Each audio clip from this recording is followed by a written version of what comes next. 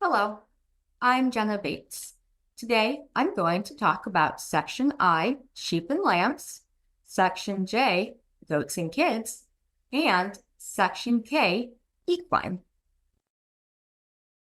Sections I and J must be completed for every agricultural tract.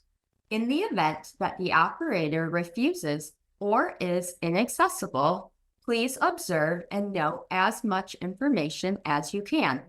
Do you see any sheep, lambs, goats, or kids? What kind do you see, and approximately how many? Those comments are critical as they may be our only opportunity to get an idea of how many sheep or goats are on for our eastern states or owned for our western states by an operation.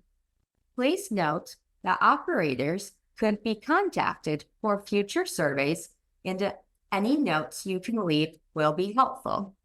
If you are refused and/or do not talk to anyone and do not observe any sheep or goats, it is best to mark none and no intentions to keep the area tract out of the January sheep and goats survey. Depending upon your location, the screening question in Section I is different.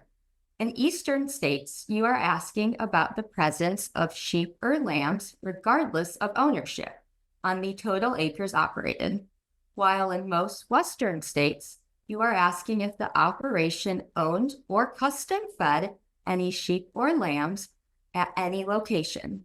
The key takeaway for the sheep questions is to fill out the yes/no question and ask about intentions.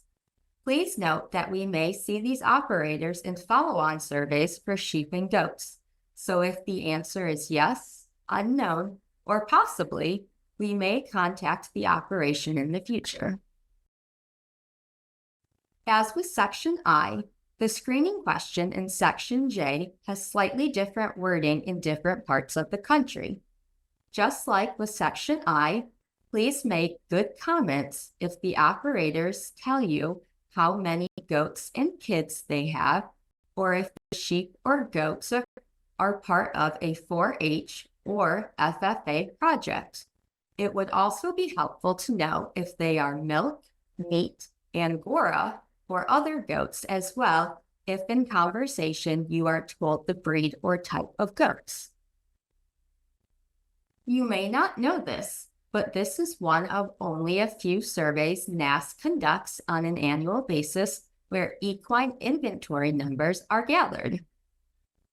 This information is used to provide states and U.S. inventories of horses, ponies, mules, donkeys, and burros, and provides information for states who conduct special projects for the equine industry.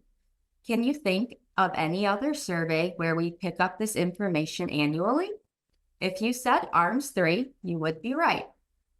For those enumerators in Kentucky, due to an approved external project agreement, an extra question is included that collects information on the primary type of equine operation: farm or ranch, boarding, training, riding facility, breeding service place, or a place to keep equine for personal use.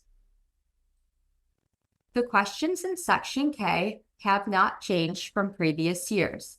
As you can see, we ask about total on the operation for those places boarding equine, and then we ask how many were owned by the operator or operation. Please remember to make those comments on total sheep and goat inventory for us.